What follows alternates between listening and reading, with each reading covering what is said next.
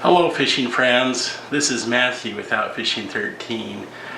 Today I'm going to show you how to use a drag on your fishing reel, particularly a Zebco reel, how to use it, how it works, and some tips. And then I'm going to show you some other types of reels and how the drags work on them. The theory is all the same, but I'm going to show you those because many of you will have other types of reels besides a Zebco or a spin cast reel. So let's get into the video and show you how to use these, how they work, and the tips. So for this video, I'm going to show you how the drag works on an old-fashioned Zebco 33. This reel right here is between 12 and 15 years old, and it has a drag adjustment wheel up here. So let me get a close-up of this and show you how it works. So here's my authentic 33 by Zebco. This reel is about probably 12 years old or so. They were built around 2004 to 2010. However, it is representative of just about all the 33s out there and many or most of the Zebco reels. Right here is a drag adjustment wheel. Now the drag, I wanted to explain how a drag works. Basically, a drag consists of two primary parts, a drag washer and a drag plate. The drag plate is either a washer that locks in place with a key, or it can be built into the reel, or it can be part of the spool. On this particular reel, it has two drag plates, and either side of the spool operates as a drag plate. And it has two drag washers. This one might be kind of a plastic looking, but it's actually a tough Teflon drag washer, or it could be a fibrous drag washer. And then it has some kind of wheel to adjust it with. The wheel can be here on the reel. On a spinning reel, it could be the front drag adjustment here, or sometimes they're in the back, and I'll show you examples of those. Or it could be a star drag adjustment here that adjusts it on the side here. Generally, it has some kind of gears or lever to help adjust the tightness, how tight the line comes out. So that's the basics. Let me go over that one more time real quickly as a review. As a drag washer, drag plates, a drag adjustment. Also, on most reels, there's going to be some kind of click built in so you can tell when the drag is going out or when the drag is engaged and the line is going out. So, how to use it. So on most reels, and this one is worn off, let me see if I can show you on, it's kind of hard to see right here, but it says drag, and then it says plus here and minus here. And what that basically means here, and it's hard to see here, there's the minus, there's where it says drag, and then it has a plus there. Basically, if I wanted to loosen up this drag, I would go this way and make this all the way loose, and it's got to stop there. And the drag comes out very easily. I'm maybe putting 4 ounces of pressure on that, okay? Pulling out the drag will, generally there's a click. This click is not very loud, but I think you can hear it. There's the click on that drag. And let me show you a click on this little reel here. It's a lot louder. Okay, that one's much louder. Some reels may not have a click in it. Here's my old Zebco Omega 154. Let's see if it has a click in it. Oh yeah, it has a really good click. And then to tighten the drag, you move it towards the plus, of course, and that will tighten it. Now you can tighten this just about to the point where you can't pull it out. And I don't know what the maximum drag pressure is on these, but you really don't want to be setting the maximum drag pressure unless you just knew that you were fishing for small fish that weren't going to, and you don't want to necessarily use the drag if you get a snag, okay? But what you want to do is you want to set it somewhere in between, okay?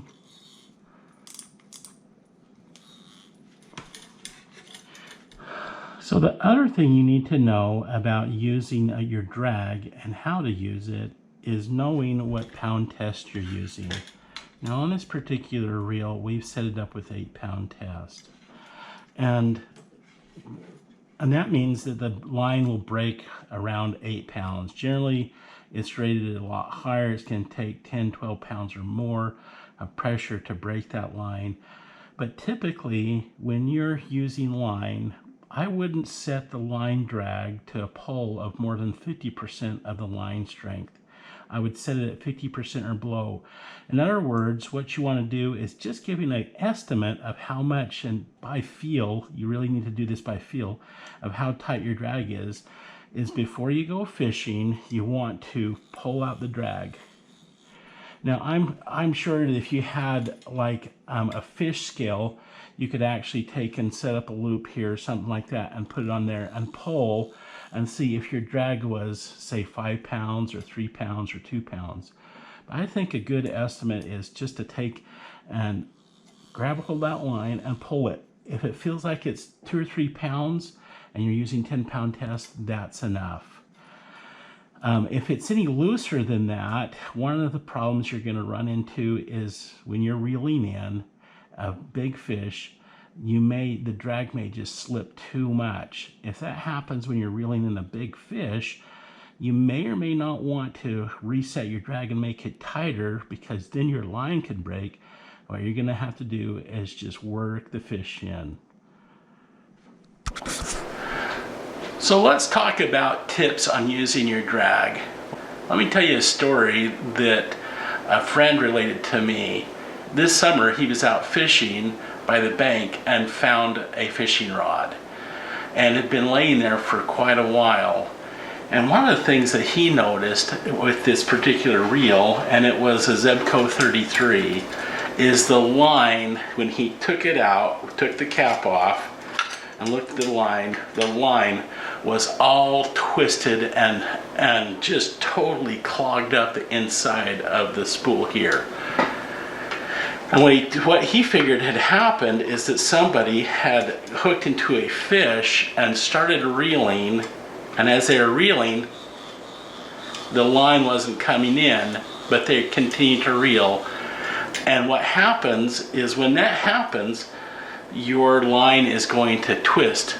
Every time you go around one time, this line is probably going to twist 2.5 to 5 times, depending on your gear ratio, and it's going to twist up. And if you sit there and reel and reel and reel trying to get that fish in, it's just going to twist up that line more and more and more outside of the spool. And when you finally get some slack in there, it's just going to twist up like crazy. So one of the things that you want to do to avoid that is make sure that, one, your drag is set tight enough. Okay, in other words, it has, for 10-pound test, you're going to want it to where it has 3 to 4 pounds of pull.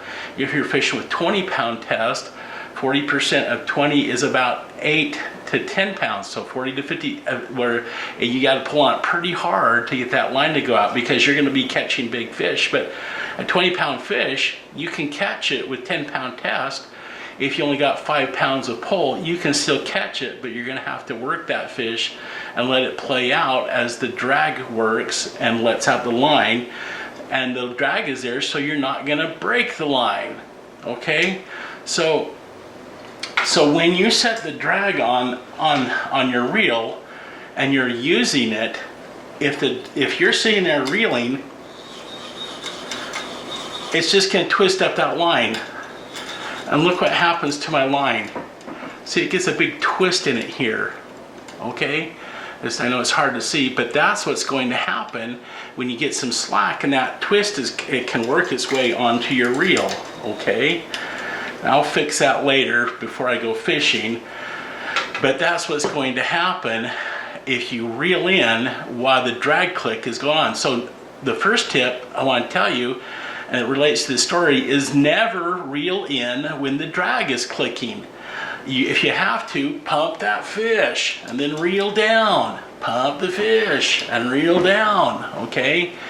You've probably seen some of my videos where we've been teaching our sons, my brother teaching his son to pump that big fish up, keep the bend in the pole, and then reel down, okay? If you have to and you forgot to set your drag and your drag is super loose, that's the nice thing about these Zebcos is you can, just a little click, one click to the right or one click to the left, and tighten the drag or loosen it a little bit depending on how big that fish is. The next thing I want to tell you as a tip is before you go fishing, if you let your reel sit around for, let's say, a month or even a year, or it's been 6 months since you've gone fishing, one of the first things you want to do is loosen the drag all the way, okay? Loosen it all the way or pretty loose, you know. Doesn't have to be all the way, but pretty loose, and take and grab onto your line and pull it out and make sure your drag is working. Then take and set it. Now let me explain why you want to do that. These drags, every drag that I've ever seen is what might be referred to as a wet drag. In other words, it has oil or drag grease on it. And that serves a couple purposes. One, it makes it so that it doesn't just bind onto your drag washers or to the spool and get locked onto there and need some lubrication. That lubrication also helps transfer heat from the drag washer to the spool and to the rest of the reel. You never want to have a drag get so hot that it's going to burn up. Then it doesn't work very well. I mean, you're not going to have to worry about that on a small reel, but on big reels where you're fighting big game fish, yeah, you'd have to worry about it. So the washers are always lubricated, but over time that lubrication can dry up a little bit or get sticky, and to get it going again, you want to take and pull out that line to get it going, and then take and set your drag. Again, if you're using 8-pound test, 40% of that is about 3.5 pounds of pull, so you want to set it so that it has about 3 to 4 pounds of pull. Okay, not any more than that unless you're using like braid, and the braid is 40-pound test, and you want to set it so that you can drag those fish through the weeds and reeds and stuff like that. Then I'm sure that you can go ahead and tighten it as tight as you can get it, and then use that drag so that you're just pulling through there and you have no drag at all, because you really want to get those fish through the weeds and reeds and lilies and stuff like that. Okay, so that's my other tip.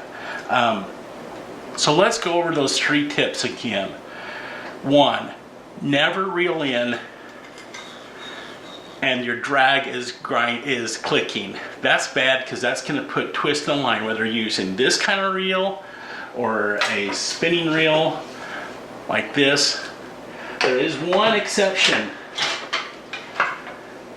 if you're using a bait caster, because no matter how much you reel in with a bait caster like this, and I'm going to loosen this all the way, it's never going to twist that line. It's just the spool is going to stop and it's not going to go anymore. There is another exception for a reel that I know of that's not going to happen to, which is a spin cast reel, and that's the Garcia, because the drag on this Garcia is actually built here and it's not part of the spool. So if I was to reel this in and I heard the click, it's not going to actually twist the line, because the drag is here, not on the spool where it's actually going to cause a line twist. Okay? So the next tip is to always set the drag before you go fishing, and whether it's been 6 months or 2 days, always check your drag to make sure it's not stuck and you're not going to break the line when you go fishing. And then always test the drag so that it works. So never reel in when the drag is clicking, always set your drag before you go fishing, and then always test it to make sure that it's actually working. So with those tips, let's take a look at other types of drags on other types of reels. So this was the drag, and here's the adjustment here on a regular Zebco 33, and most of the Zebcos are going to be like that. Now here's a Zebco 33 Micro that's a trigger spin, and the drag is conveniently located here, and it has the same sort of thing. It has a minus and a plus. Now all the Zebcos that I've ever used have a minus to the left and a plus to the right. So one to the right, if I spin it to the right, it's going to tighten up. If I spin it to the left, it's going to loosen it. I have two Diawa reels. They're Diawa 120 spin cast reels, and they're exactly the opposite. So when I go fishing with them, sometimes I have to remind myself that left will tighten it and right will loosen it. Okay. So here's my Omega 154. This one was built back in the 70s. And again, the drag wheel is located conveniently right here by my left hand, which is the one by so I can actually tighten it up. And again, it's left is loose, right is tight. Here's this is a let's see, this is a Shakespeare reel. Now this is different. One of the things that was like back in the 80s and 90s and early 2000s, one of the neat things on mini reels that are being advertised, it was a quick release spool, so you could change it really quickly. So I had a push button here to take the spool off really quickly, and so they didn't build the drag up here on the front like on my old Fluger. They actually built the drag on the back, which is really neat, and a lot of companies did that. And on this one, it's left is loose and right is tight. And you want to do the same thing on these when you go fishing. You want to test it. You want to make sure you set the drag. Usually when you go fishing, if you set the drag one time, that's all. You don't need to touch it while you're going fishing if you know how to set the drag for the type of fish that you're going to be fishing for. Okay? Sometimes fish have soft mouths, like fishing for kokanee salmon. They have soft mouths compared to a rainbow trout or a brown trout, particularly compared to like a bass. And so you actually want to set the drag a little bit looser depending on those fish, because a 2-pound fish, it might break, the hook might break out of its mouth, because on a kokanee salmon, their mouths are really soft and tender. So I would set it looser.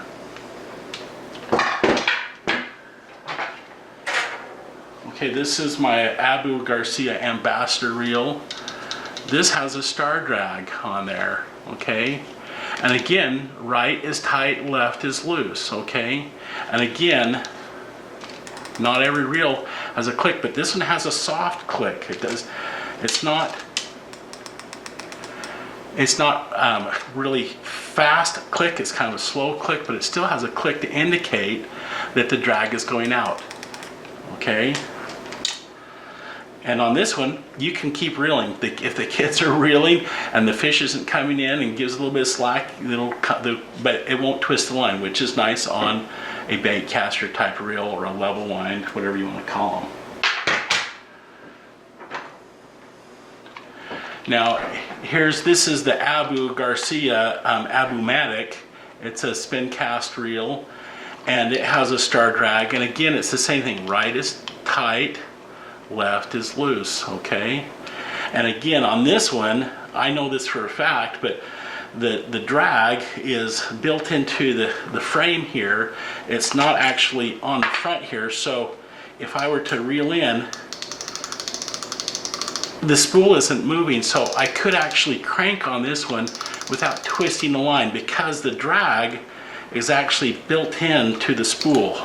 The spool actually turns around when the drag is going out. That way, when the spool is stationary, it's not going to twist the line. So it's an advantage of the Abu Matic, but it's a little bit more complex of a drag because it's not built into the spool per se.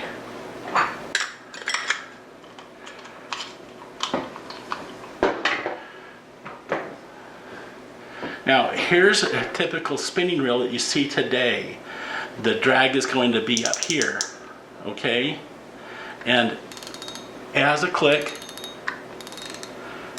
and you tighten the drag by tightening it to the right here, or loosen it to the left. So right is tight and left is loose on this this is my Okuma, and it has a very smooth drag. It has a click, and it's tightened here, okay? Now here's this is an old Quantum, and this is my surf casting reel. And one of the cool things about this reel is it has kind of a meter drag here. It goes from like 0 up to 100. Now it doesn't mean how tight the drag is necessarily going to be. It's just an indicator so you can reference it. It's like, okay, I'm going to set the drag at 70, or I'm going to set it at 30. And then it has another really cool feature on here, and they call it the power lever. And basically what that allows me to do is really quickly go to loose or tighter on my drag as I'm fighting the fish. So this is a feature that Quantum had there, so really strong drag. But if I'm fighting, I want to quickly go to really loose, I can go to really loose. Or if I want to go back to my regular setting, I just go right there in the middle. So that's a kind of a cool feature on this old Quantum. It's an old bait caster reel, or I could use it for catfish rear, but I haven't used it for a long time. But so if you have any questions, let me know. I mean, I've seen my own kids fighting fish, and they keep reeling, and I try to teach them right there in the moment. Don't reel if the fish isn't coming in and your reel is clicking, because you're going to end up with a big mess when you get all that line in. When you go to cast, there's going to be all these, the line is going to be loose, and it's just going to twist up and make big knots in your line. So if you're first time you're going fishing, make sure you understand how to use that drag. It's one of the most important features on your reel. Mine is having line on there and being able to crank it in. But if you don't know how to use that, you're going to be frustrated when you're going to be catching fish, and you're going to get tangles in your line, or the fish isn't going to come in, and you're going to wonder, you're going to think that your reel is totally broken when it's not. All you need to do is reach down there and tighten the drag a little bit, or loosen it, and enjoy your fishing a lot more. Because let the drag work for you. Let the drag work for you. If you have it set right when you're pulling in a big fish, the drag will go out and the fish will get tired. You'll enjoy your fishing. You won't lose fish by pulling the hooks out of their mouth when the drag is set too tight, or losing them because the line breaks because the drag is set too tight, or you're getting tangles because the drag is set too loose. But let me know if you have any questions. Thanks for watching my video. If you enjoyed the video, make sure you give me a big thumbs up. Thanks, and have a great day. Bye.